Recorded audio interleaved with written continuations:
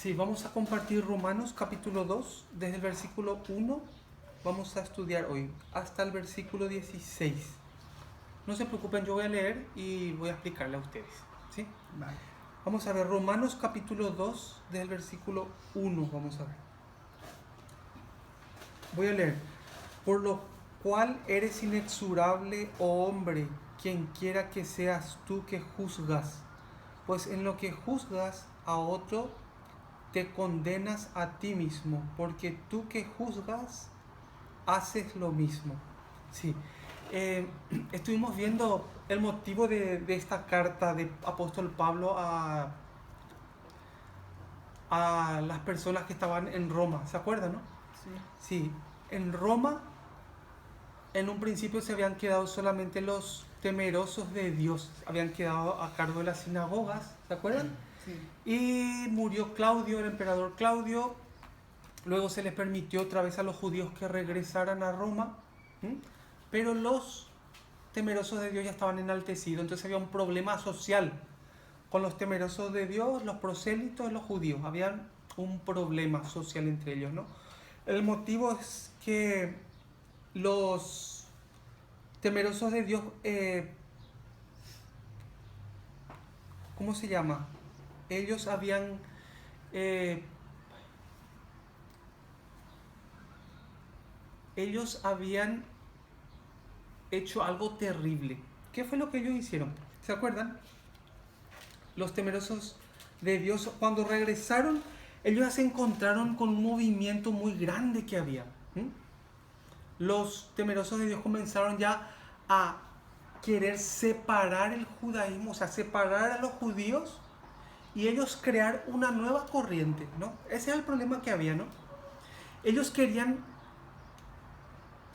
crear una religión sin la raíz, sin los maestros judíos. ¿Se entiende? Y eso es lo que nosotros vemos hasta ahora, al día de hoy, ¿no? En el año 2017, eso es lo que estamos viendo. Que también están las iglesias, pero sin los maestros originales, ¿no? Sin los maestros judíos. Entonces, ¿qué pasa? Se apartó el judío y el cristiano por otro lado. Eso es lo que tenemos ahora, pero en la época de apóstol Pablo no fue así. Cuando apóstol Pablo predicaba, por un lado, en el mismo lugar estaban los judíos, en el mismo lugar estaban los extranjeros, en el mismo lugar estaban los temerosos de Dios, en el mismo lugar, en la misma sinagoga, estaban todos, ¿sí o no? Pero ahora abrimos nuestros ojos y vemos que están totalmente divididos. ¿Se entiende? Aquí en el versículo 1 pone, por lo cual eres inexorable. Inexcusa. Sí, inexcusable, oh hombre, quien quiera que seas tú, que juzgas. ¿Qué quiere decir inexorable? Inexcusable. Inexcusable, sí, perdón. Inexcusable. ¿Qué significa eso? No hay excusa. Sí, que no puede evitar, que no puede eludir. ¿Sí o no?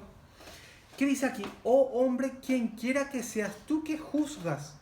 Pues en lo que juzgas a otro, te condenas a ti mismo, porque otro te condena a ti mismo, porque tú que juzgas haces lo mismo, dice, ¿no? Entonces, ¿quién es el que juzga? Nuestra sociedad está acostumbrada a juzgar a la gente, ¿sí o no? Sí. Mira un poco lo que hace, mira un poco lo que hace, mira un poco así, ¿no? La gente está acostumbrada a juzgar. ¿Por qué uno juzga? ¿Por qué uno tiene la valentía de juzgar? ¿Por qué les parece a usted uno que juzga? Uno que juzga es una persona que no se ha visto a sí mismo. ¿Se entiende? Sí. Porque yo estoy aparte, automáticamente al juzgar quiere decir que yo me pongo superior a ese que le estoy juzgando. ¿Sí o no? Sí. ¿Sí o no? Así es la cosa, ¿no? Entonces, aquí sale una cosa. Vamos a ver un poquito. El versículo 2 y 3. ¿Alguien puede leer? Mas sabemos que el juicio de Dios contra los que practican tales cosas es según verdad. Y piensas esto, oh hombre, tú que juzgas a los que tal hacen y haces lo mismo, que tú escaparás del juicio de Dios. Sí, aquí pone, mas sabemos que el juicio de Dios contra los que practican tales cosas es según verdad. ¿Mm? Entonces, ¿qué quiere decir según verdad? O sea, los que practican tales cosas, los que están practicando juzgar a la gente, juzgar a todos, ¿no? ¿Qué dice acá? Mas sabemos que el juicio de Dios contra los que practican tales cosas es según verdad. O sea, la palabra de Dios nos va a juzgar a nosotros. ¿Sí o no? Lo único que puede juzgarnos a nosotros es la palabra que está escrita. ¿Sí o no? Nosotros podemos aconsejarle o podemos decirle a un hermano, podemos decirle a alguien: hey, ven un ratito aquí, mira, tú estás viviendo de esta forma, pero aquí dice que sería mejor vivir de esta forma. Dios nos dejó esta instrucción para que nuestra vida sea de esta forma, para que nuestra vida tenga paz, para que nuestra vida tenga gozo. Es que de la forma que vos estás viviendo es una vida que te va a traer sufrimiento, ¿cierto? Entonces, ¿qué pasa? Una persona que te aconseja de esa manera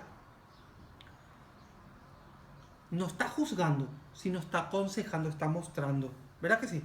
¿No? Entonces, el que recibe eso, ¿cómo se tiene que sentir? Yo no me di cuenta, así puede decir, ¿no? Yo lo he hecho mal. Entonces cambia la actitud y regresa a la palabra, ¿sí o no? Pero una persona soberbia, ¿qué hace? Una persona soberbia endurece su corazón ante la instrucción. Y de ese tipo de personas está llena la Biblia. Y después se ve el sufrimiento de esa persona. ¿Verdad que sí? Sí. Vamos a ver un poco Santiago capítulo 2, versículo 10. Eso está después de Hebreos. Santiago capítulo 2, versículo 10 al 13. Sí, Santiago capítulo 2, versículo 10 al 13. Yo voy a leer. Porque cualquiera que guardare toda la ley, pero ofendiere en un punto, se hace culpable de todos. Porque el que dijo: no cometerás adulterio, también ha dicho: no matarás. Ahora bien, si no cometes adulterio, pero matas, ya te has hecho transgresor de la ley. Así habla y así haced, como los que habéis de ser juzgados por la ley de la libertad. Porque juicio sin misericordia se hará con aquel que no hiciere misericordia. Y la misericordia triunfa sobre el juicio. Entonces dice, la persona que juzga es aquella que no se ha visto a sí mismo, ¿no? 613 instrucciones o mandatos tenemos que Dios le dio a Moisés, ¿no? Para cambiar, para regenerar nuestras vidas, ¿no? Pero cuando uno juzga, eso significa que ya mi vida está totalmente regenerada si yo estoy juzgando. No, porque acá dice, si no cometiste adulterio, pero mataste, ya te hace culpable de todo, dice, ¿no? O sea, ¿qué quiere decir eso? Que nadie tiene derecho a juzgar. Eso es lo que quiere decir en otras palabras, ¿no? Vamos a ver un poquito Romanos, ¿dónde estamos? Romanos, el versículo 4, vamos a ver. ¿Alguien puede leer? O menospreciáis la riqueza de su benignidad, paciencia y longanimidad, ignorando que su benignidad te guía al arrepentimiento. Sí, dice, o menospreciáis las riquezas de su benignidad. ¿Qué significa benignidad? Bondad. Su bondad, ¿verdad? Paciencia y longanimidad. ¿Qué es la longanimidad? Es una bondad larga, vamos a decir, ¿no? Larga. Una larga bondad que está extendiendo, que está dándonos Dios a nosotros, ¿sí o no? Sí. Ignorando que su benignidad te guía al arrepentimiento, dice. Sí. O sea, Dios no es que quiera hacernos a nosotros daño. Dios no es que nos quiera maldecir. No es eso. Sino Dios quiere darnos su benignidad. Nos quiere dar la bondad que viene de Él. ¿Sí o no? Dios no nos quiere hacer daño. Cuando nosotros miramos al pueblo de Israel, no es que Dios le quería hacer daño al pueblo de Israel. ¿O sí? No. Dios no le quería hacer daño. Siempre ustedes van a ver que cuando Dios le promete algo al pueblo, siempre dice, si anduvieras en mis preceptos, siempre sale esa palabra al último, ¿no? Si anduvieras mis estatutos, si guardares mis mandamientos, siempre Él pone esa cláusula Como la cláusula suelo, ¿no? De los bancos, ¿no? Siempre pone esa cláusula, ¿no? Va a dar todo lo que te prometió, pero si guardares, dice, ¿no? ¿Sí? A veces nosotros vemos, no es para juzgar, sino como observador, nomás les digo, ¿no? Vemos que las personas tienen sus hijos, por ejemplo, con enfermedad, ¿no? O su pariente con enfermedad y está por morir, está en el hospital, ¿no? Ay, por favor, oren por mi hijo, oren por mi pariente, oren por mi hermana, por mi mamá, por mi abuela, ¿no? Oren, recen, dicen, ¿no? Y se le ve una forma muy humilde enfrente de esa situación. Está por morir por su pariente, ¿no? O él mismo tiene enfermedad. Y, ay, oren, recen por mí, dice, ¿no? Cuando pasa el tiempo y se solucionó todo el problema, se olvidan de ese corazón que tenían. Se olvidan de buscar a Dios. Atiendan bien. Dios no es un sirviente de lo que yo quiera hacer. Dios no es un sirviente de lo que yo quiera hacer. Ay, Dios, yo quiero ganar la lotería. Y si gano la lotería voy a ayudar a muchos pobres. Así, por ejemplo. No es Dios un sirviente de lo que yo quiera. No, no es así. Dios deja su instrucción y de acuerdo a la instrucción que está en nuestra vida de Dios, ¿no? Dios nos da. O sea, Dios se manifiesta de acuerdo a nuestra obediencia a su instrucción. ¿Se va entendiendo eso? Sí. Bueno, vamos a ver Deuteronomio un poquitito.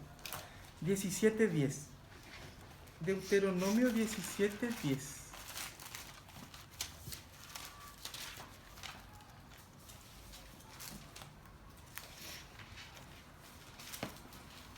Hasta el versículo 13. Voy a leer.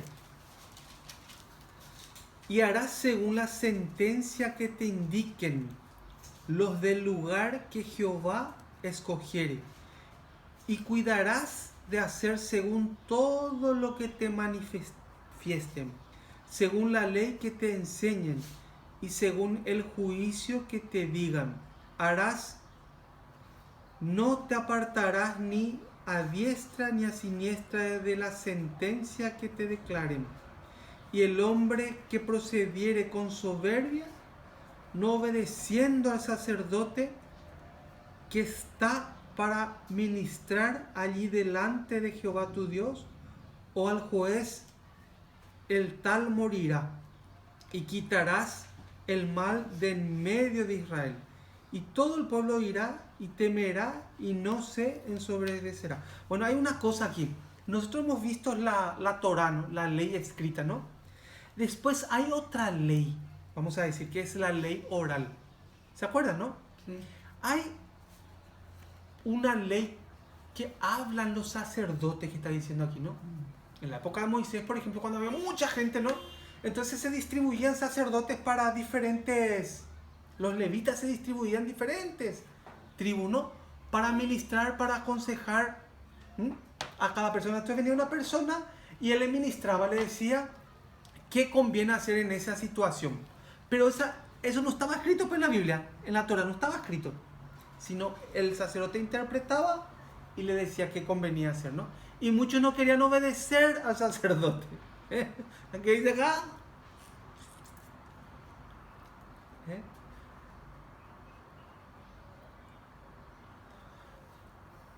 Por eso nosotros en nuestro corazón tenemos que tener una, ¿cómo se llama?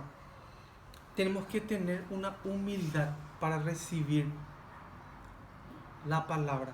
Sin humildad no se puede recibir.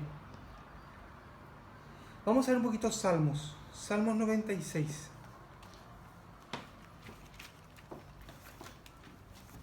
Versículo 13. ¿Quién puede leer? Versículo 13. Sí. Delante de Jehová que vino, porque vino a juzgar la tierra, juzgará al mundo con justicia y a los pueblos con su verdad. Sí. Aquí sale una palabra muy importante. Delante de Jehová que vino, porque vino a juzgar la tierra, juzgará al mundo con justicia y a los pueblos con su verdad, dice, ¿no? Entonces, ustedes saben que hay un libro en Apocalipsis capítulo 20 cuenta. Sí. cuenta sobre ese libro. Hay un libro que se está escribiendo todavía. Sigue escribiéndose. Algunos dicen que es la continuación del libro de Hechos. Ya, sí, escuchen, ¿no? Porque de hecho pues no terminó, no dice amén y no dice nada. ¡Tum! De repente terminó el libro de Hechos, ¿no? Pero hay un libro que Dios tiene y se está escribiendo sobre nuestra vida, dice, ¿no? Entonces, en aquel tiempo, en el día de el que Dios juzgará al mundo, saldrá ahí las obras de cada ser humano, de cada uno de nosotros, saldrá ahí. Y se recibirá de acuerdo a lo que está escrito allí. Vamos a ver un poco Isaías 3. Isaías capítulo 3. Vamos a ver un poquito. ¿Puedes leer, David, cuando tengas? Isaías capítulo 3, versículos 12 al 14.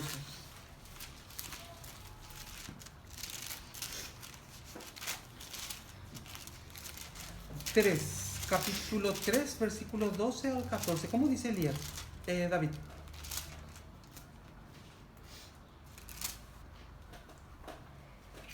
Los opresores de mi pueblo son muchachos y mujeres se enseñorearon de él. Pueblo mío, los que guían te engañan y tuercen el curso de tus caminos. Jehová está en pie para litigar y está para juzgar a los pueblos. Jehová vendrá a juicio contra los ancianos de su pueblo y contra sus príncipes, porque vosotros habéis devorado la viña y el despojo del pobre está en vuestras casas. Sí, dice el versículo 12, ¿no? Los opresores de mi pueblo son muchachos y mujeres se enseñorearon de él. Pueblo mío, los que te guían te engañan y tuercen el curso de sus caminos, dice, ¿no? Aquí sale una cosa muy importante. Dice que los que te guían, ¿a quién le están guiando? Al pueblo, ¿no? Sí. Tuercen la verdad, dice. Tuercen la verdad. Entonces, ¿qué pasa? Uno que aprende cosas torcidas. ¿Qué pasa cuando uno aprende cosas torcidas? Aprende mal. Aprende mal, ¿no? ¿Sí o no? Claro. Dice el 13, Jehová está en pie para litigar y está para juzgar a los pueblos. Jehová vendrá a juicio contra los ancianos de su pueblo y contra sus príncipes, porque vosotros habéis devorado la viña y el despojo del pobre está en vuestras casas. ¿Ustedes se acuerdan de los sirios? Sí. ¿Cuáles eran las características que ellos tenían cuando conquistaban un lugar? ¿Se acuerdan lo que hemos visto el otro día, no? Está Israel, ¿se acuerdan? Las tribus del norte. ¿Cuántas tribus eran? 10. Y Judá, ¿sí? Y los levitas, que no tenían lugar fijo. Ellos estaban arriba y estaban abajo. Así se movían porque ellos enseñaban por la palabra, ¿no? ¿Se entiende? Entonces los sirios, los asirios, entraron en las tribus del norte. Sí. Y la característica de estos asirios, ¿cuáles eran? Le llevaban y le sometían a las costumbres y a los ídolos de ellos. Muy bien. Ellos venían, entraban en este lugar y sacaban a todos. Y le llevaban allá con ellos. Le hacían cazar y después venían ellos acá. ¿Qué fue lo que pasó entonces con esas 10 tribus? Perdieron su identidad. ¿Se entiende? Ellos perdieron su identidad. Por eso son las ovejas perdidas, dice. ¿Sí? Y después un día vamos a estudiar dónde fueron esas ovejas perdidas. ¿Dónde fueron a parar todos ellos? Después vamos a ver. Y a la tribu de Judá. Judá también desobedeció. Sí. También se portó mal. Por eso Dios le dijo que le van a enviar los babilonios. Y ahí entró Nabucodonosor. ¿Y qué hizo Nabucodonosor? ¿Cuál era la característica de los babilonios cuando conquistaban un lugar? Llevaban prisioneros. Sí. Ellos agarraban, llevaban a todos cautivos y destruían toda esa parte, ¿no? Destruían el templo, todo destruyeron, ¿sí o no? Pero llevaban cautivo y en ese lugar, cuando eran cautivos, los babilonios le daban un pedacito de terreno. ¿Se acuerdan? Sí. Entonces le decían, sí, servime. Y yo te dejo este pedacito de terreno, servime gratis, porque soy esclavo. Pero yo te dejo ahí vos podés hacer tu cultura, ahí vos podés tener tus leyes. Entonces los de Judá llevaron la Torá. En su mente ellos practicaban Pesaj, ¿sí? Ellos practicaban el Shabbat. Ellos, todo lo que Dios les había enseñado en Jerusalén, todo eso ellos practicaron en Babilonia. ¿Se entiende? Por eso la tribu de Judá, vamos a decir, no se paganizó. De ahí pues salen los judíos, ¿no? Sí. De la tribu de Judá. No se paganizó, siempre llevaban. Aunque estaban fuera en otro lugar, tenían el rollo de la Torah consigo y practicaban las enseñanzas de Dios. ¿Se va entendiendo? Sí.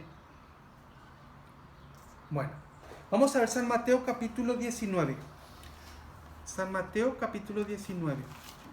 Cuando tengan pueden leer por favor. Versículo 28. Versículo 28. 19, 28.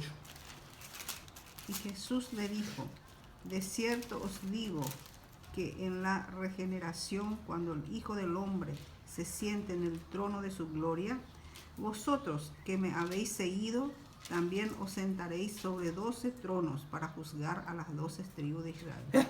Allá sale una cosa. Allá sale a quién puede juzgar, ¿no? Voy a leer otra vez. Y Jesús les dijo: de cierto os digo que en la regeneración, ¿qué es la regeneración?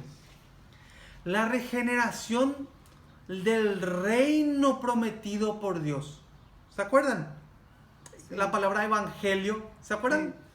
¿Se acuerdan qué significaba Sí. para un judío y qué significaba para la gente normal? ¿Mm? ¿Cómo se decía en hebreo?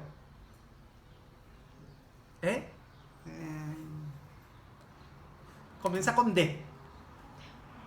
Défora. Muy bien, ya le voy a poner un 10.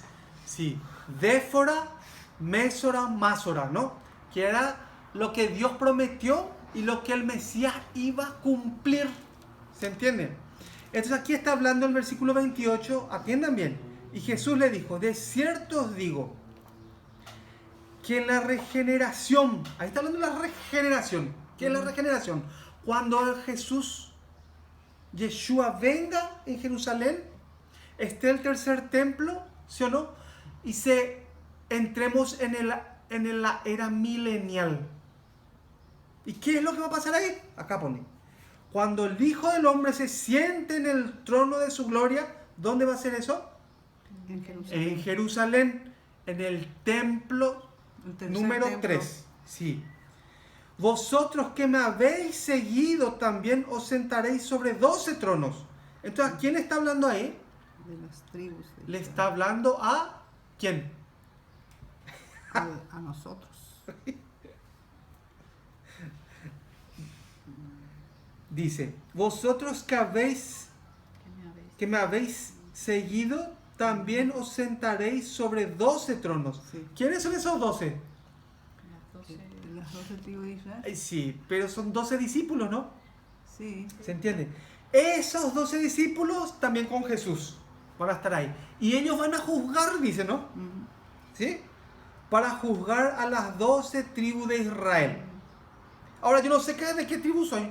Yo no sé de qué tribu soy. ¿Ustedes saben? No. No sé, pero en algún lugar estaremos, ¿no? Vamos a ver para entender mejor Apocalipsis. Ahí vamos a entender claramente. Apocalipsis capítulo 20. Apocalipsis capítulo 20, versículo 1. Voy a leerles un poquito ahí para entender.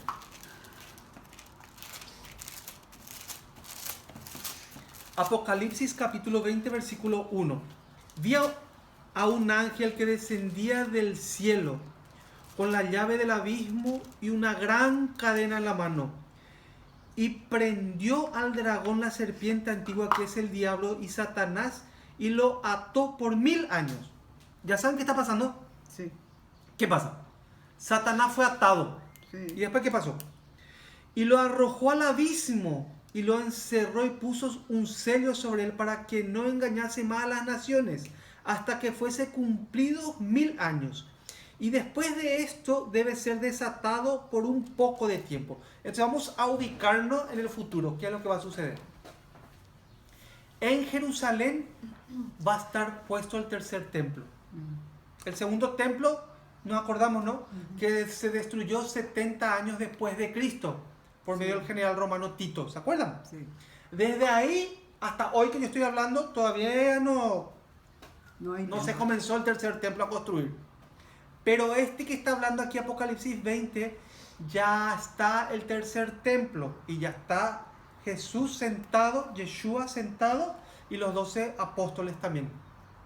Y están juzgando, ¿sí o no? Y también fue atado Satanás. Entonces vamos a pensar bien, ¿qué va a pasar entonces con Paraguay? Y con España, y con Rusia, y con Estados Unidos, y con los chinos capuchinos. ¿Qué va a pasar con todos ellos? Se van a pelear y se van a matar todos. Ellos van a estar alrededor como están ahora. Todos van a estar alrededor de Israel. Pero va a haber un reinado milenial que va a ser los hijos de Dios que vamos a estar en Jerusalén. ¿Se va entendiendo? Parece una película, un sueño parece, ¿no? Sí. Entonces ellos van a seguir naciendo, seguir muriendo. Si nacen, mueren normalmente así. Y se van a procrear, van a ser millones y millones, van a ser, ¿no? Pero el reino que prometió Hashem va a estar en Jerusalén y él va a ser el que va a gobernar el mundo entero. Entonces, ¿qué va a pasar? Van a haber una mente muy sana en aquel tiempo, porque Satanás va a estar atado por 1000 años. Entonces no va a poder engañar a la gente, no va a poder meter corrupción a la gente. La gente va a seguir y le va como entusiasmar y va a mirar y le va a agradar mucho el reino que va a estar en Jerusalén. ¿Se entiende? Va a ser algo muy armonioso en ese tiempo, porque no va a haber un engañador, no va a estar Satanás. ¿Se va entendiendo? Versículo 4. Y vi tronos, y se sentaron sobre ellos los que recibieron facultad de juzgar. Y vi las almas de los decapitados por causa del testimonio de Jesús y por las palabras de Dios. Los que no habían adorado a la bestia ni a su imagen, y que no recibieron la marca en sus frentes y en sus manos, y vivieron y reinaron con Cristo 1000 años. Entonces, ¿qué fue lo que vio aquí el apóstol Juan? ¿Qué fue lo que vio? Vio los hermanos que murieron, porque todavía no estamos en esa época, pero dentro de poco va a comenzar a pasar eso ya. Va a salir el anticristo, se va a manifestar, y los que guardamos la palabra, se nos van a insistir en que nos pongamos la cédula de identidad en la mano derecha o en la frente. Ahí va a estar nuestra tarjeta bancaria, va a estar nuestro carnet de conducir, nuestra partida de nacimiento, el título de la casa, la nómina de lo que yo gano por mes, lo que voy gastando, todo va a estar apuntado ahí. Si yo no tengo eso, no voy a tener identidad, pues, ¿sí o no? No voy a tener ni nombre, voy a ser un mau. ¿Se entiende? Entonces va a haber una corriente muy fuerte que se va a exigir a todo el mundo que se ponga eso. Si uno no se pone eso, va a ser delincuente, un delincuente, y todo el mundo va a querer ponerse, ¿sí o no? Pero no se van a poner los que guardan la instrucción de Dios. ¿Y cuál es la instrucción de Dios? Que dice que no se pongan. O sea, así dice en Apocalipsis, ¿no? Que el que se pone no tiene derecho. Así dice, ¿no? Versículo 5. A ver. Pero los otros muertos no volvieron a vivir hasta que se cumplieron 1000 años. Esta es la primera resurrección. ¿Qué significa eso? Pero los otros muertos, o sea, hay otros muertos, ¿no? No volvieron a vivir hasta que se cumplieran 1000 años. Los que murieron ya antes, ¿no? No resucitaron por ellos. Mi abuelo, mi abuela, mi tatarabuelo están muertos, siguen muertos. El milenio va a pasar, todavía no van a resucitar ellos. Todavía no se les va a llamar a juicio a ellos. Los que murieron detrás nuestros antepasados no van a resucitar. Va a tener que pasar primero el milenio. Después del milenio, a juicio. ¿Se va entendiendo? Versículo 6. Bienaventurado y santo el que tiene parte en la primera resurrección. La segunda muerte no tiene potestad sobre estos, sino que serán sacerdotes de Dios y de Cristo y reinarán con él 1000 años. ¿Qué significa eso? Está hablando de una primera resurrección, ¿no? Los que están en la primera resurrección está guay, dice, ¿no? Está bien, dice, ¿no? ¿Qué significa la primera resurrección?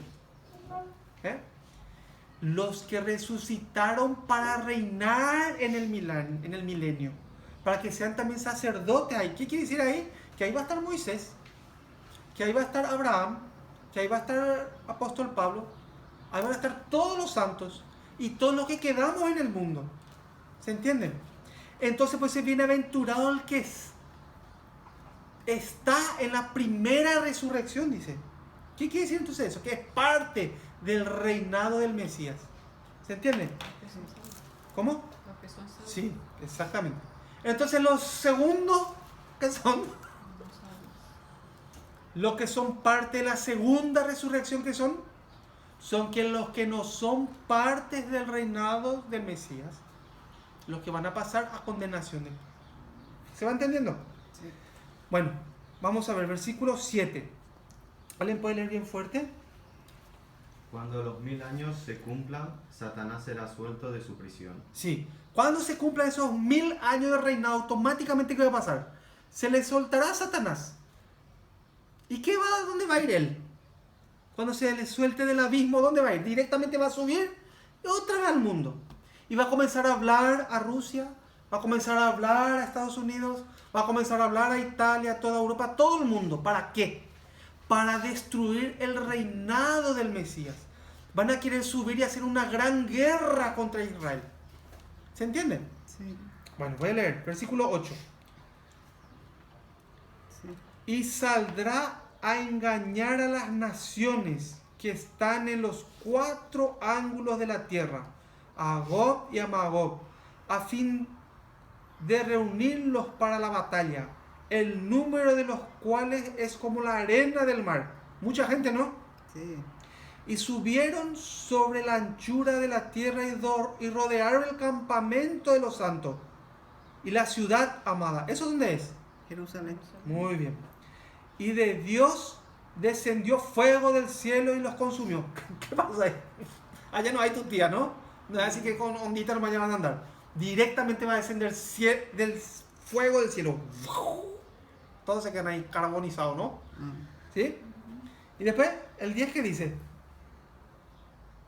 ¿Cómo dice el 10? Y el diablo que los engañaba fue lanzado en el lago de fuego y azufre, donde estaban la bestia y el falso profeta, y serán atormentados día y noche por los siglos de los siglos. Nosotros tenemos enfrente de nuestros ojos el milagro más grande que podemos experimentar, que es el deseo de Dios que ha puesto escrito para los seres humanos. Eso es el milagro más grande que hay. Porque estos escritos, estos deseos que Dios puso para nosotros, es los que nos va a llevar a ese reinado. Es una instrucción para llegar a ese reinado. Nosotros estamos sufriendo ahora un éxodo, como el éxodo de Egipto. ¿Se acuerdan? Que iban a la tierra prometida. Ahora mismo existe el segundo éxodo. Enfrente de nuestros ojos está sucediendo ese éxodo. De poder llegar ¿a dónde? Al reinado en Jerusalén. Es lo mismo. Solamente la instrucción le podía llevar al pueblo de Israel a Canaán, a la tierra prometida. La instrucción que Dios le daba a ellos. ¿Sí o no? La instrucción que Dios dejó para nuestra vida es lo único que nos puede hacer llegar hasta el reinado, hasta el milenio. A reinar ahí con Él. ¿Se va entendiendo? Sí. No es, yo soy justo, santo y perfecto, vivo por la gracia. Ya soy salvo, ya vivo por la gracia. No es eso. No es como hemos aprendido. Aquí dice muy diferentes. Vamos a seguir viendo. Es muy diferente. Nos deja la instrucción para llegar hasta allá. ¿Yo cómo puedo decir soy justo, santo y perfecto y sigo robando? ¿Yo cómo puedo ser justo, santo y perfecto y sigo viviendo en adulterio y borracho y pegando a mi esposa? Y dejándole a mis hijos sin comida? ¿Yo cómo puedo ser así justo, santo y perfecto? Jesús murió por mí, ya soy santo, ya soy salvo. Así puedo ser. Él ha dejado una instrucción para que nuestra vida tenga el fruto de lo que hemos recibido. ¿Sí o no? Se ve claramente uno que dice que es salvo, pero su vida no tiene el fruto de lo que dice que recibió. Entonces eso es una falsedad, es un engaño. ¿Se entiende? Un árbol de naranja, un árbol de naranja siempre tiene que dar un fruto que es naranja. Naranjo, ¿no? Da la naranja. Si él dice, yo soy un árbol de naranjo, pero da manzana, yo soy justo, pero da pecado toda su vida. Entonces no es que sea justo, es pecador, da pecado. Tiene conocimiento de uno que vino y quitó el pecado, quitó el yeser jara. Tiene ese conocimiento, pero no hizo un clean aquí, porque no se arrepintió. ¿Se entiende? Porque no se arrepintió, por eso. No dejó su mal camino y no abrazó la palabra. Ese es el problema que hay ahora mismo. ¿Se va entendiendo? Sí. Vamos a ver San Juan capítulo 12. Versículo 44. Versículo 44 al 50. Sí. ¿Alguien puede leer fuerte? Jesús clamó y dijo: el que cree en mí no cree en mí, sino el que me envió. Y el que me ve, ve al que me envió. Yo, la luz, he venido al mundo, para que todo aquel que cree en mí no permanezca en tinieblas. Al que oye mis palabras y no las guarda, yo no le juzgo, porque no he venido a juzgar al mundo, sino a salvar al mundo. Sí, atiendan un poco bien. Esta es una palabra increíble lo que estás diciendo aquí. El 47, ¿cómo dice? Al que oye mis palabras y no las guarda, yo no le juzgo, dice. O sea, ni Jesús mismo está juzgando. Entonces, ¿yo quién soy para juzgar? ¿Verdad? Ni Jesús está juzgando, pero dice una pequeña cosa. Porque no he venido a juzgar al mundo. Cuando Él vino, no vino para juzgar. No vino para juzgar. Sino a salvar al mundo. Por medio de su obediencia. ¿Se entiende? Después, ¿cómo dice Elías? El que me rechaza y no recibe mis palabras, tiene quien le juzgue. La palabra que he hablado, ella le juzgará en el día postrero. Sí, ¿en qué día? Vemos recién Apocalipsis, ¿no? En ese día le va a juzgar. La palabra que Él habló, en ese día le va a juzgar. Después, Porque yo no he hablado por mi propia cuenta. El Padre que me envió, Él me dio mandamiento de lo que he de decir y de lo que he de hablar. o sea, ni Él, ni el mismo Yeshua no habló lo que quiso, sino su Padre le enseñó lo que tenía que hablar. Eso no, Él estaba cumpliendo nada más lo que su Padre había dicho, ¿no? ¿Se va entendiendo? Sí. Después, Y sé que su mandamiento es vida eterna. Así pues, lo que yo hablo, lo hablo como el Padre me lo ha dicho. sí, así, y sé que su mandamiento es, ¿qué dice? Vida eterna. Vida eterna. Aquí dice, miren lo que dice ahí. Y sé que su mandamiento, sus ordenanzas, sus instrucciones son vida eterna. ¿Se entiende?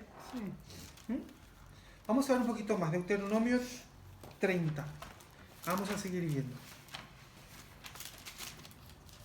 30, versículo 1. ¿No están cansados? No. Bueno, 31, ¿verdad? sí, hasta el 11. Voy a leer yo. Sucederá que cuando hubieren venido sobre ti todas estas cosas, la bendición y la maldición que he puesto delante de ti, y te arrepintieres en medio de todas las naciones donde te hubieres arrojado, Hashem, tu Dios. Entonces vamos a ver. Las tribus del norte, ¿dónde están ahora? Esparcidas por todo, ¿sí o no? Sí. Los asirios le molestaron. Vamos a ver, miren un poquito una cosa, vamos a pensar. Ustedes cuando escuchan la palabra judío, ¿qué le viene en la cabeza? Pensamos en la Segunda Guerra Mundial, pensamos en las diferentes historias de Israel, de los judíos. ¿Qué le viene en la cabeza a ustedes cuando piensan eso? Automáticamente se asocia con sufrimiento, ¿no? ¿Sí o no? 6 millones murieron en un lado. Aquí Isabel y Fernando, los reyes católicos, ¿se acuerdan? Sí. En la época de Colón, ¿se acuerdan? ¿Ustedes se acuerdan de eso? Les voy a contar un poquitito. La reina Isabel y Fernando, el católico que dicen, ¿no? Ellos estaban en España y ellos querían reconquistar, querían unir España. Por eso tenía un problema Aragón, ¿no? Entonces en aquel tiempo en España estaban floreciendo los judíos. Tenían muchísimo oro. Entonces la reina Isabel habló con los judíos y le dijo, por favor, déjennos un poco de la economía de ustedes para poder unir España. ¿Y qué fue lo que pasó? Los judíos vinieron de todos los rincones de España con su oro, con todo el progreso que ellos tenían. Entonces Isabel y Fernando, ellos compraron mucha maquinaria para destrucción masiva, ¿no? Y pudieron unir España y se fortaleció España. ¿Qué pasó después? Ahora tenemos que devolverle por el dinero a los judíos. ¿Qué vamos a hacer? Entonces no le vamos a devolver nada. Esa fue la respuesta. Entonces le llamaron a los judíos y le dijeron, tienen tres opciones. Una es irse de España con una mano adelante y una atrás. Se van. 2, volverse cristianos. Y 3, morir en la hoguera. Uno de esos tres nomás tienen para elegir. Y los tres sucedieron. ¿Se entiende? Los tres sucedieron. Menos mal que en aquel tiempo estaba Cristóbal Colón y muchos judíos entraron y fueron hasta América. También los judíos. Muchos fueron al norte de Europa, vamos a decir, la parte, la naranja mecánica, ¿cómo se llama? Holanda, Dinamarca, toda esa zona también. Muchos fueron, por eso hay judíos en África, hay negritos. Ahí también fueron. Se distribuyeron por todas partes del mundo. Entraron en las Antillas también, en Centroamérica, en Brasil, en Argentina. Entraron por todas las partes del mundo. Esas 10 tribus perdidas se distribuyeron. ¿Cuál es la misión ahora? La profecía que Dios hace ahora. La profecía es recoger a esas ovejas perdidas que están por todo el mundo. ¿Se entienden? Entonces hay una cosa, atiendan bien. Después de la muerte de Franco, subió un socialista, Felipe González, como presidente de España, ¿no? Y un dictamen que hizo su gobierno, ¿qué fue? Un dictamen que dijo fue que la Iglesia Católica tenía que sacar a flote todos los secretos que están encubiertos. Porque la Iglesia Católica seguía a los judíos. Entonces, ¿qué hacían los judíos para que no la atrapen? Se cambiaban los apellidos. Hay un libro que se llama Sangre Judía, que un periodista ha hecho.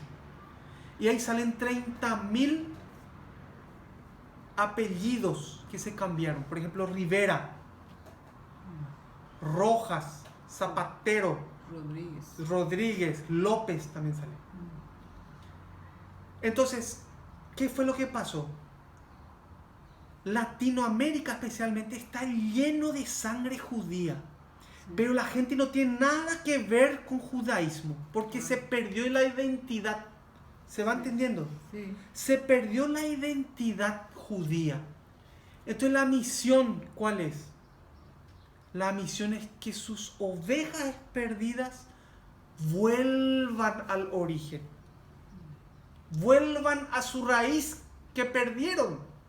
¿Se va entendiendo?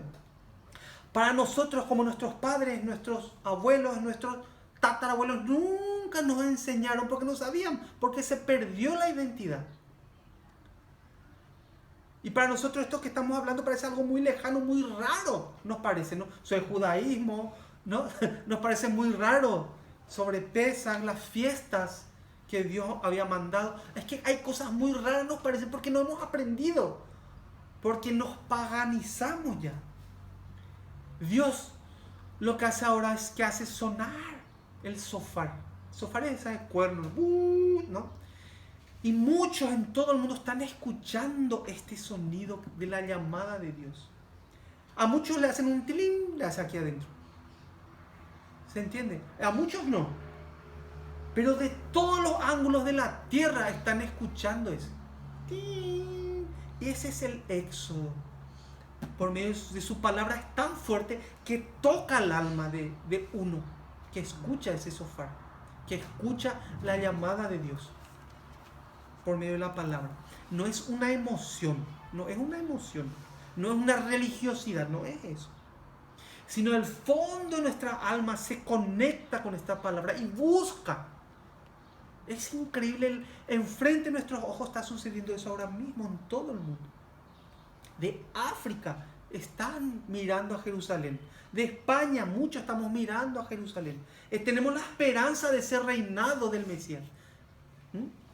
Ese Yeser Hará que Él vino a quitar de nosotros esa inclinación al pecado. Increíblemente cómo salió de nosotros y nos devuelve la palabra para guiar nuestra vida. ¿Se va entendiendo?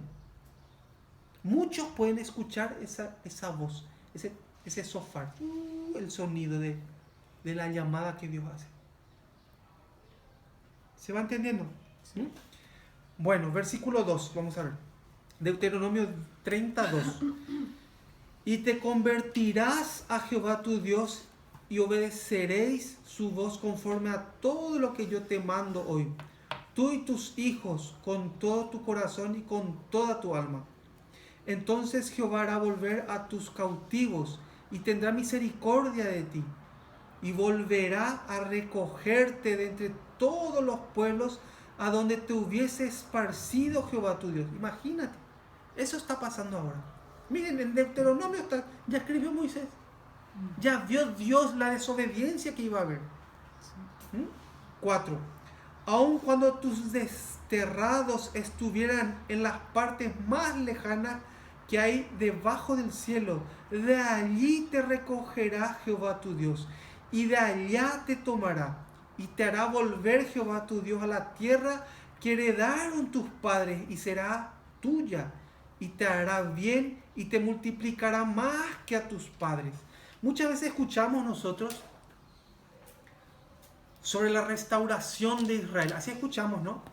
Que Israel tuvo ya su independencia, ¿no? ¿Cómo dice? En 1948, ¿no? 48, el 14 de mayo de 1948. Sí. Entonces decimos, Dios cumplió su promesa. ¿Sí? Pero ¿será que está hablando de eso la Biblia? ¿Será que de eso está hablando? Sí, restauró Israel. Pero está hablando de un reinado milenial, de eso está hablando. Dios restauró Israel. Eso sí es verdad. Pero el objetivo final de la profecía de Dios, ¿cuál es? El reinado milenial. Ese es. ¿Se va entendiendo? Sí. Versículo 6. ¿Alguien puede leer? Y circuncidará Jehová tu Dios tu corazón y el corazón de tu descendencia, para que ames a Jehová tu Dios con todo tu corazón y con toda tu alma, a fin de que vivas. Sí, después. Y pondrá Jehová tu Dios todas estas maldiciones sobre tus enemigos y sobre tus aborrecedores que te persiguieron. Y tú volverás y oirás la voz de Jehová, y pondrás por obra todos sus mandamientos que yo te ordeno hoy. Sí. ¿Qué pasa? Dios lo hará, dice. Dios va a quitar el prepucio de nuestro corazón, dice, ¿no? Circuncidará. No es que va a cortar nuestra pilila. No es que va a cortar nuestra pilila, que nos va a circuncidar ahí. No es eso. Sino que va a cortar el paganismo y la inclinación a la maldad que tenemos de generación en generación venía. De generación así venía, ¿no? Quitará eso, dice. Él hará. Y hará que amemos su palabra, su instrucción, y amemos y lo convertamos por obra, dice. Él lo hará, dice. Versículo 9. ¿Cómo dice? Y te hará Jehová tu Dios abundar en toda obra de tus manos, en el fruto de tu vientre, en el fruto de tu bestia, y en el fruto de tu tierra, para bien. Porque Jehová volverá a gozarse sobre ti para bien, de la manera que se gozó sobre tus padres. Sí, después. Cuando obedecieres a la voz de Jehová tu Dios, para guardar sus mandamientos y sus estatutos escritos en este libro de la ley, cuando te convirtieres a Jehová tu Dios con todo tu corazón y con toda tu alma. Sí, después. Porque este mandamiento que yo te ordeno hoy no es demasiado difícil para ti, ni está lejos. Sí, ahí está. Dios nos muestra su instrucción y espera algo de nosotros. ¿Qué es lo que espera de nosotros? ¿Qué espera de nosotros? Obediencia. Exactamente, la obediencia. Por eso es que sale muchísimos ejemplos en la Biblia. Vamos a ver uno de ellos. ¿Qué le parece? Vamos a ver 1 Samuel. Vamos a ver 1 Samuel 15. Vamos a ver, ahí sucedió algo terrible. 1 Samuel 15.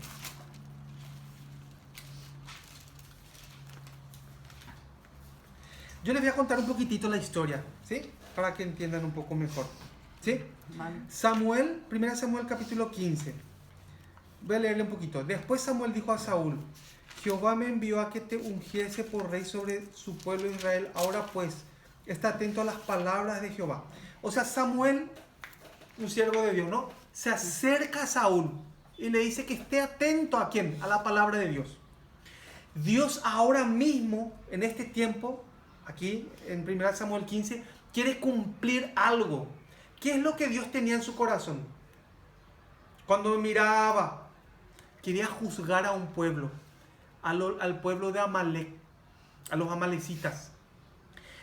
Llegó el tiempo, atiendan bien, de que Dios quería derramar su ira y juzgar a Amalek. ¿Por qué Amalek? Porque antes, cuando Dios le sacó de Egipto a su pueblo con Moisés, le salió a Amalek y le hizo guerra. ¿Se entiende? Sí. Entonces, ¿qué pasó? Dios le dijo que en ese tiempo no le va a destruir, pero después de unos años le va a destruir. Y ahora llegó ese tiempo, en la época de Saúl, del rey Saúl. ¿Qué es lo que era el mandato de Dios? ¿Qué es lo que Dios le dijo a Saúl que hiciera? Vamos a ver. Versículo 2. Así ha dicho Jehová de los ejércitos: yo castigaré lo que hizo Amalek a Israel a oponerse en el camino cuando subía de Egipto. Ahí está, ¿no?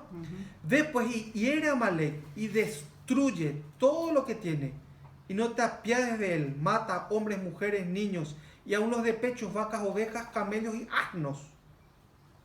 ¿Sí? Bueno, atiendan bien. Dios, cuando le mira a Amalek, vamos a pensar, ¿con qué ojo Dios le mira a Amalek? ¿Con un ojo de misericordia o con un ojo de ira? Sí. Dios está preparando su ira para este mundo también. En la ira de Dios no existe una gota de misericordia. ¿Ven lo que dice aquí? Hasta los niños de pecho, dice, uno que está tomando tití, leche de su mamá, ese tiene que agarrar y cortarle la cabeza también.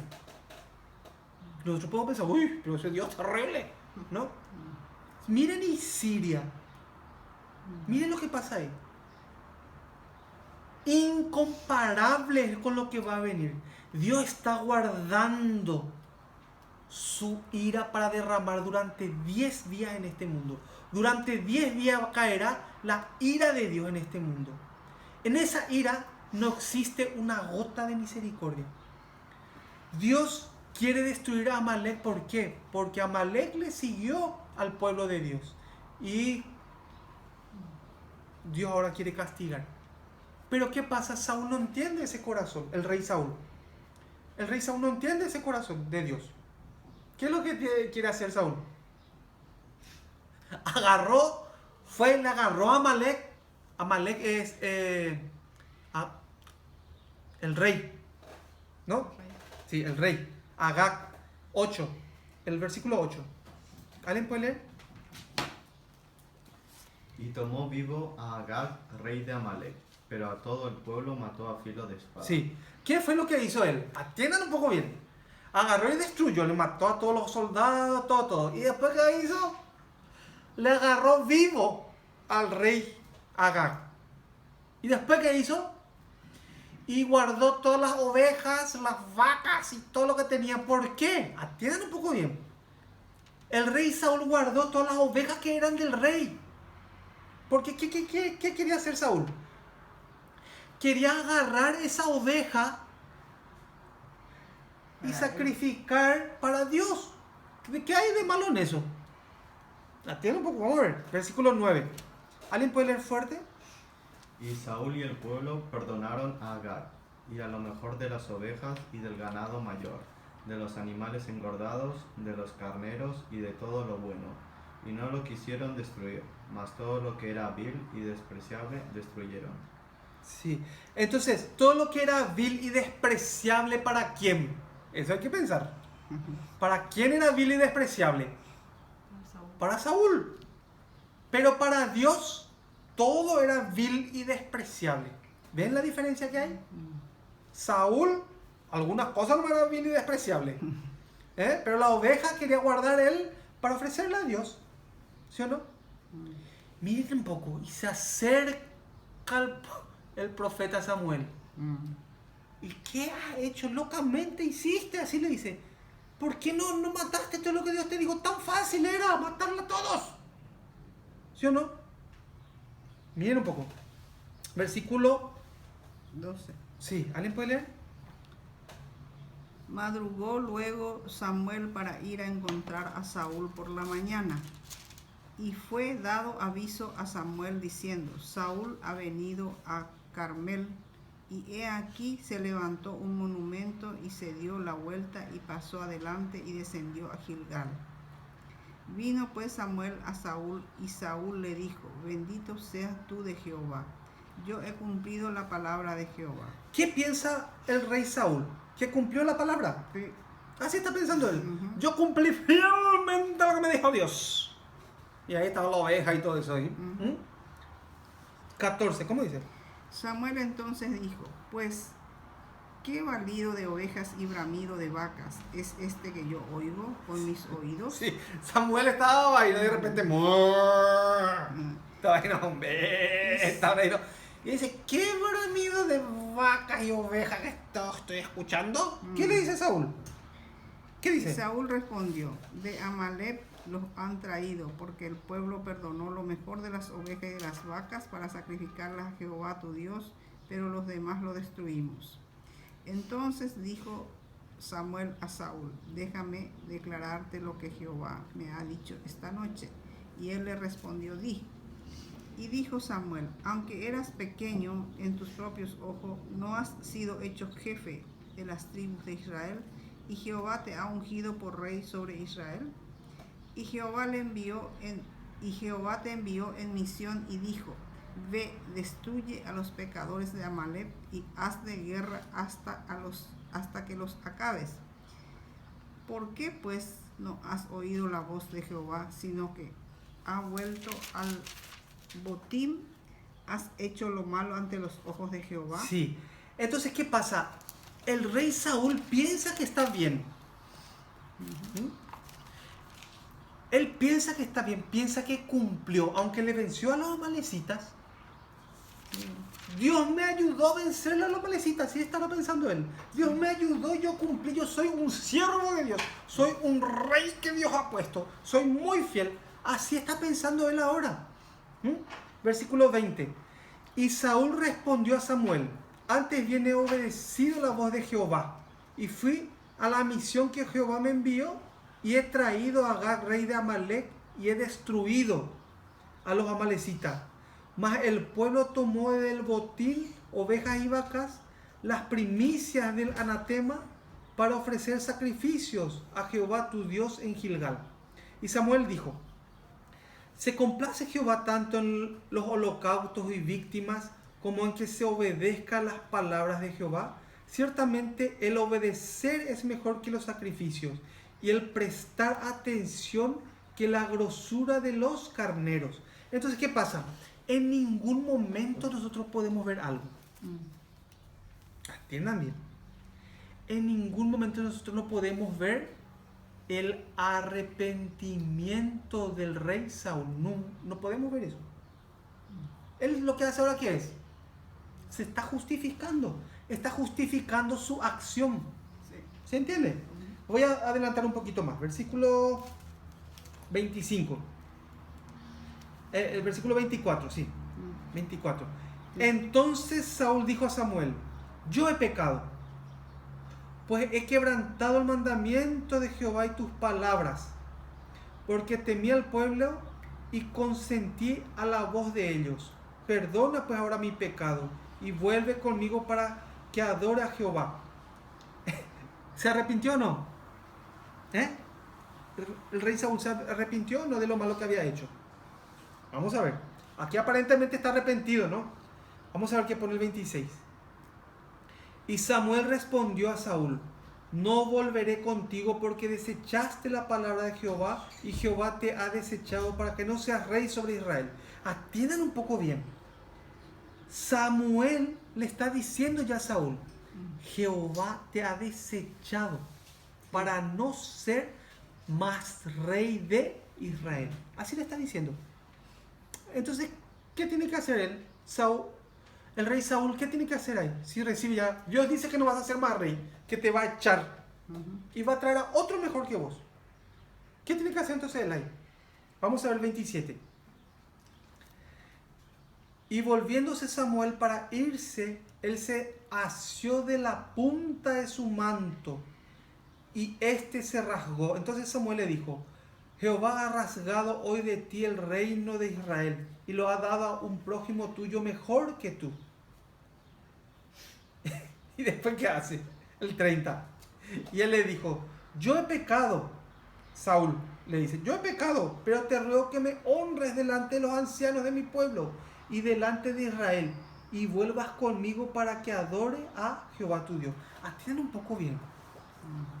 Aparentemente el rey Saúl está arrepentido. Parece que está arrepentido de lo que hizo, ¿no? Pero miren lo que él realmente, ¿qué es lo que quiere? El versículo 30, lean un poco ahí. El homenaje. ¿Qué dice ahí?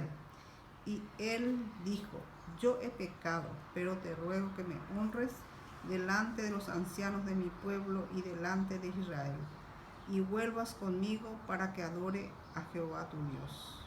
Sí. Él, ¿qué es lo que está buscando? Está buscando gloria. Claro. A él no le importa lo que Dios piensa, no le importa si Dios le saca o no le saca. Él lo que quiere es su propia gloria en frente del pueblo. ¿Sí? Pero Dios nos da otra oportunidad. Dios no es que quiera destruir. Dios no quiere destruir.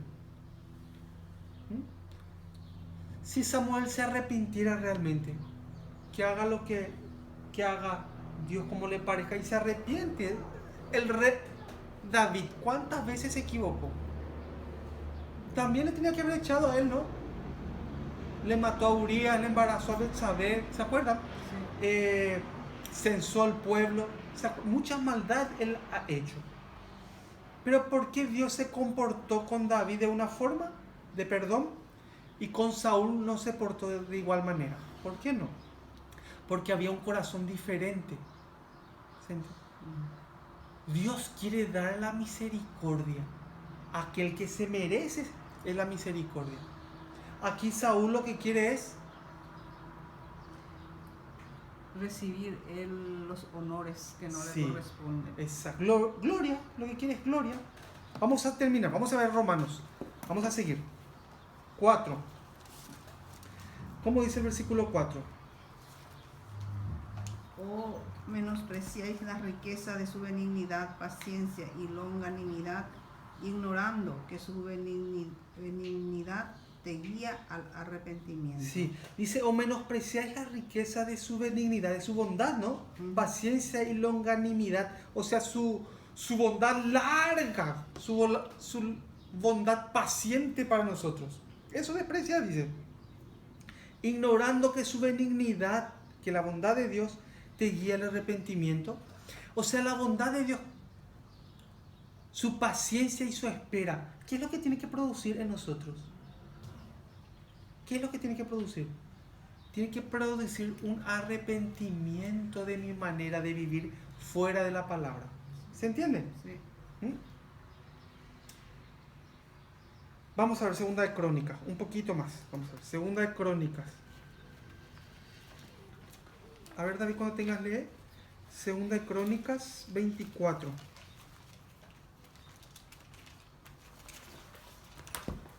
24:18. 24:18. ¿Cómo pone ahí?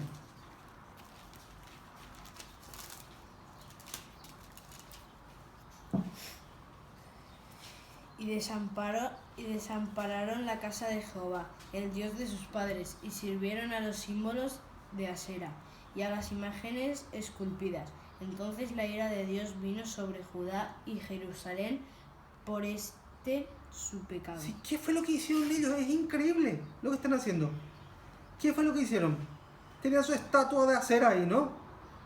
Y la ira de Dios vino sobre Judá y Jerusalén por este pecado. ¿Y después qué dice David? 19.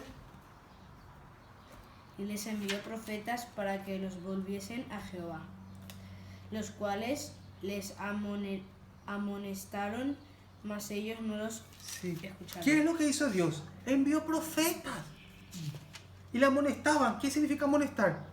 Le indicaba el camino, le mostraba el camino, cómo tiene que hacer, para que se recomponga pues la vida de ellos. ¿Y qué decían ellos? No querían escucharle. ¿Qué dice el 20, David? Entonces el Espíritu de Dios vino sobre Zacarías, hijo del sacerdote Joiada, y puesto en pie, donde estaba más alto que el pueblo, les dijo: Así ha dicho Dios, ¿por qué quebrantáis los mandamientos de Jehová? No os vendrá bien por ello, porque por haber dejado a Jehová, él también os abandonará. Sí, Zacarías, ¿qué es lo que hace? Está indicando nomás, ¿no? No hacéis bien en dejar el camino de Dios. Si ustedes dejan el camino de Dios, pues le va a venir desastre. Por favor, regresen, por favor, vuelvan a la instrucción que Dios. No porque hacen con la estatua de acera tal cosa. Dejen todo eso, arrepiéntanse y vuelvan a la palabra. Bien, no le está diciendo Zacarías, ¿no? No le está diciendo mal, ¿no? Claro. No tienen por qué enfadarse ellos, ¿no? ¿Y qué fue lo que hicieron? 21, David. Pero ellos hicieron conspiración contra él, y por mandato del rey lo apedrearon hasta matarlo en el patio de la casa de Jehová. ¿Qué fue lo que hicieron ellos? Increíble lo que está saliendo, ¿no? Dice, pero ellos hicieron conspiración contra él. ¿Contra quién? Contra Zacarías. Y por mandato del rey lo apedrearon hasta matarlo en el patio de la casa de Jehová. ¿Mm? ¿Qué fue lo que hicieron? Lo mataron. ¿Por qué? ¿Por qué hicieron esa gran maldad? Porque no quieren ser instruidos. Por eso.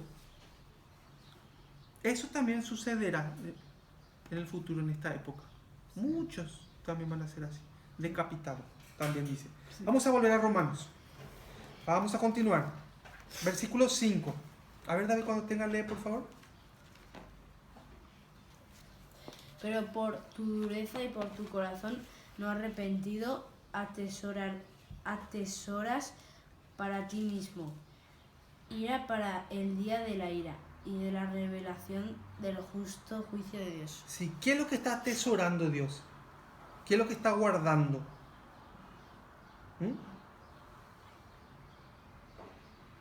Ira, dice. Increíble lo que se lee, ¿no? A otra parte dice que está guardando también granizos en depósitos, dice.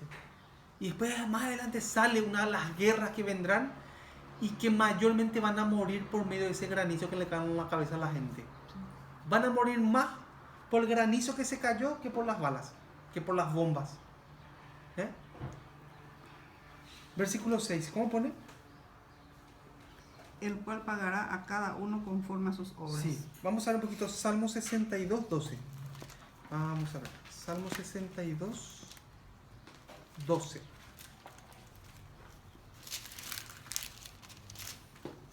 Y tuya, oh Señor, es la misericordia, porque tú pagas a cada uno conforme a sus obras. Tuya, oh Señor, es la misericordia. Dios, ¿hasta cuándo va a tener misericordia de nosotros, no? Él espera y espera, espera y nos da, nos envía la palabra, nos envía los siervos. Espera por un cambio de actitud nuestro. Espera hasta que cambiemos. Porque tú pagas a cada uno conforme a sus obras. ¿Por qué Dios me pasa a mí tal cosa? Dice, mira tu vida y ya vas a saber por qué te pasa. ¿Sí o no? Mira tu vida y ya sabes por qué te pasa. Vamos a ver, Romanos, ¿cómo estamos? Versículo 7. ¿Cómo dice ahí? Vida eterna a los que perseverando en bien hacer buscan gloria y honra e inmortalidad. Sí, un poquito vamos a ver San Juan 3:36. 3:36. El que cree en el Hijo tiene vida eterna, pero el que rehúsa creer en el Hijo no verá la vida, sino que la ira de Dios está sobre él. ¿Ven? El que cree en el Hijo, en las instrucciones que Dios dejó, el Hijo cumplió, ¿no? Y en el reinado también que está escrito sobre eso, que el Hijo también va a cumplir, ¿no? El que cree en Él y el que sigue la instrucción que Dios nos da para llegar hasta ahí, ¿no? ¿Qué es lo que tiene? Vida, dice, ¿no? Y el que no, ya vieron, ¿no?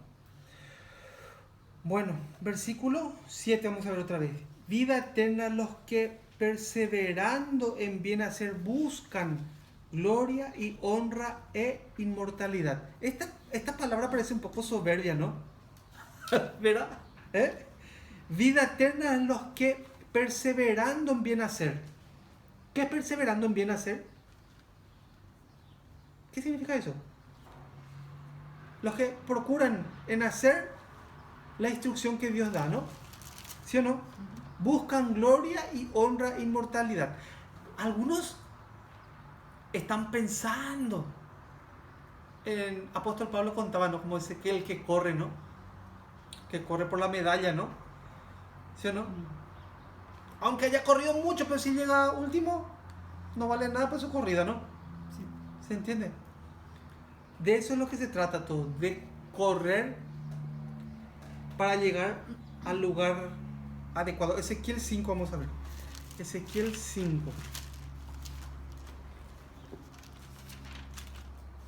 Vamos a terminar ya enseguida.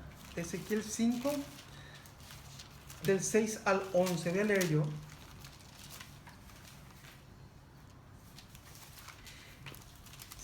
Del 6 al 11. Y ella cambió mis decretos y mis ordenanzas en impiedad, más que las naciones y más que las tierras que están alrededor de ella, porque desecharon mis decretos y mis mandamientos y no anduvieron en ellos.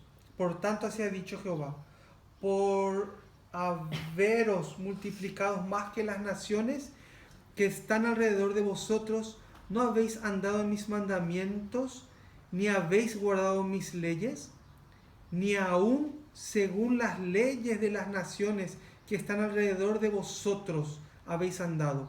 Así pues ha dicho Jehová el Señor: he aquí yo estoy contra ti, sí yo, y haré juicio en medio de ti ante los ojos de las naciones, y haré en ti lo que nunca hice, ni jamás haré cosa semejante, a causa de todas tus abominaciones. Por eso los padres comerán, ¿a quién dice? Sus hijos. A los hijos en medio de ti, los hijos comerán a sus padres, y haré de ti juicio, y esparciré a todos los vientos todo lo que quedare de ti. Por tanto, vivo yo, dice Jehová el Señor, ciertamente que por haber profanado mi santuario con todas tus abominaciones, te quebrantaré yo también. Mi ojo no perdonará, ni tampoco tendré yo misericordia. Dios, a que tiene mucho celo, ¿no? Muy celoso Él es. Muy celoso Él es. Por eso ese celo despierta su ira. Todo pues nos da, todo, de todo nos provee. Pero cuando nuestro corazón se inclina a lo contrario, le produce a Dios una ira. Y eso después se derrama, se ve en la vida. ¿Sí? Vamos a ver un poquitito más. Jeremías 17, 10.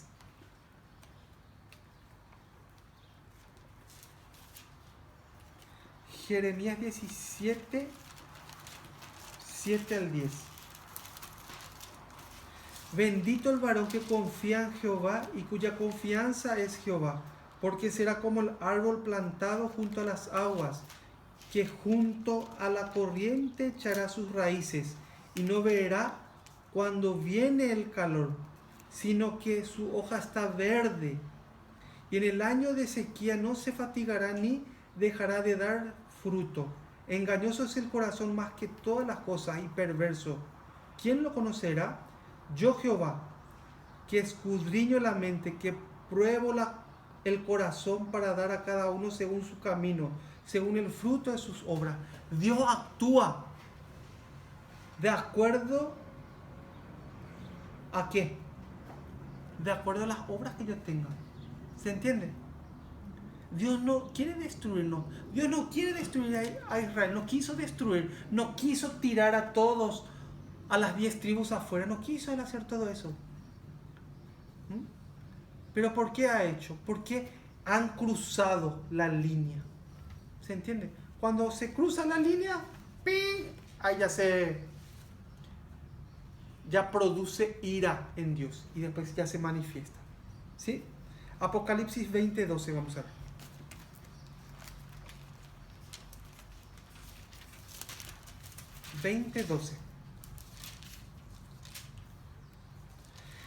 Y vi a los muertos grandes y pequeños de pie ante Dios. Y los libros fueron abiertos. Y otro libro fue abierto, el cual es el libro de la vida. Y fueron juzgados los muertos por las cosas que estaban escritas en los libros según sus obras. Atiendan un poco bien. Ya pasó el milenio. Los 1000 años. Ahora están en el cielo. Esto está contando ya en el cielo lo que va a pasar. Pasó el reinado del Mesías de Jerusalén. Ahora ya están en el cielo. ¿Y qué pasa ahí? Y vi los muertos grandes y pequeños de pie ante Dios. Y los libros fueron abiertos. Los libros. No el libro. Los libros. Y después de ese libro, de esos libros, había otro libro, dice. Y otro libro fue abierto, el cual es el libro de la vida. Ahí donde están apuntados los nombres de la gente, ¿no? Pero antes de ese libro hay otros libros, dice, ¿no? ¿Qué están apuntados en esos libros? Fueron juzgados según sus obras, dice. Entonces nadie puede escapar de las obras que hacen. Nadie puede escapar. Porque eso va a salir a relucir ahí y se va a manifestar. ¿Vale? Bueno, vamos a terminar. Vamos a ver Romanos, versículo 8. Pero ira y enojo a los que son contenciosos y no obedecen a la verdad, sino que obedecen a la injusticia. Obedecer a la injusticia es que viven sin ley, viven como quieren, no tienen la Torah, no tienen la instrucción en su vida. Viven sin la ley de Dios, viven como quieren. A mí me parece tan bien. Yo vivo como quiero y hago como quiero. 9. Tribulación y angustia sobre todo ser humano que hace lo malo, al judío primeramente y también al griego. Al judío primeramente, ¿por qué? Porque conocen la palabra, porque fue entregado a ellos. Ellos tampoco se salvan, ni tampoco el griego, dice. Ahí entró todo. ¿Sí o no? Después, ¿qué dice? 10. Pero gloria y honra y paz a todo el que hace lo bueno, al judío primeramente y también al griego. Sí, después. Porque no hay acepción de personas para con Dios. Sí, Dios no hace diferencia. Vos porque sos judío, judío, y vos porque sos gentil, gentil, o que sos... No hace diferencia. Todos. Dios la profecía de Dios, ¿cuál es? De todas esas ovejas perdidas que están por el mundo, juntarle aquí. Y también a Israel, a la tribu de Judá. y unir y hacer un solo rebaño. Eso es lo que Dios quiere. No hay diferencia entre judío y gentil. No hay diferencia entre griego y judío. No hay diferencia. Uno solo es. ¿Se entiende? Sí. ¿Después qué dice? Porque todos los que sin ley han pecado, sin ley también perecerán. Sí, Y todos los que bajo la ley han pecado, por la ley serán juzgados.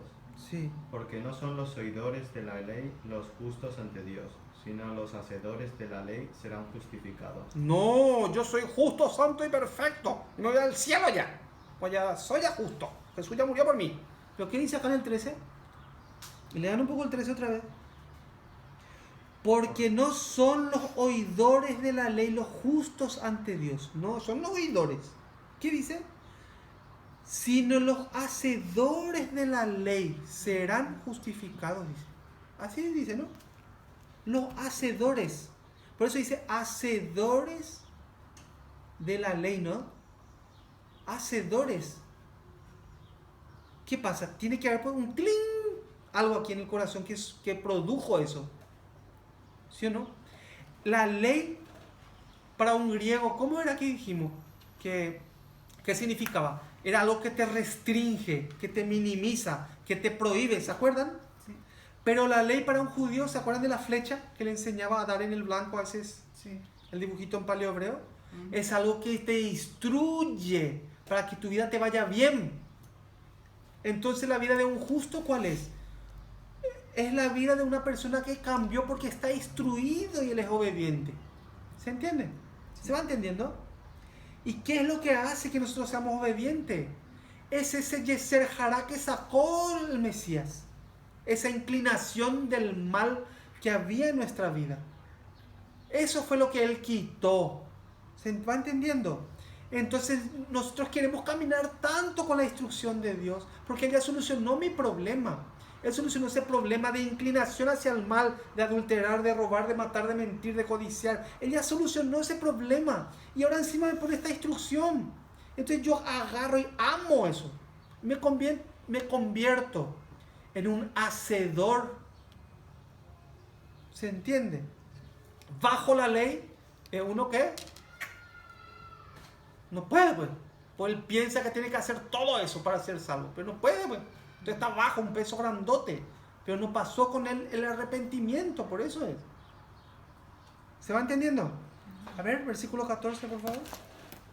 Porque cuando los gentiles que no tienen ley hacen por naturaleza lo que es de la ley, estos, aunque no tengan ley, son ley para sí mismos, mostrando la obra de la ley escrita en sus corazones, dando testimonio su conciencia y acusándoles o defendiéndoles sus razonamientos. Si en el ser humano, en la especie humana, en el corazón llevamos ya la ley. Llevamos ya como una antena que va. ¿Sí o no? Ya está. Cualquier persona sabe que matarle a su hijo es malo. No hace falta que lea mucho la Biblia para saber eso, ¿no? O robar. ¿Después qué dice? En el día en que Dios juzgará por Jesucristo los secretos de los hombres conforme a mi evangelio. Sí, conforme al reinado. ¿Se entiende? Sí. ¿Se entiende? ¿Se va entendiendo? Qué fácil estuvo hoy, ¿no? Bueno, entonces hasta aquí vamos a compartir hoy. Vale. ¿Sí?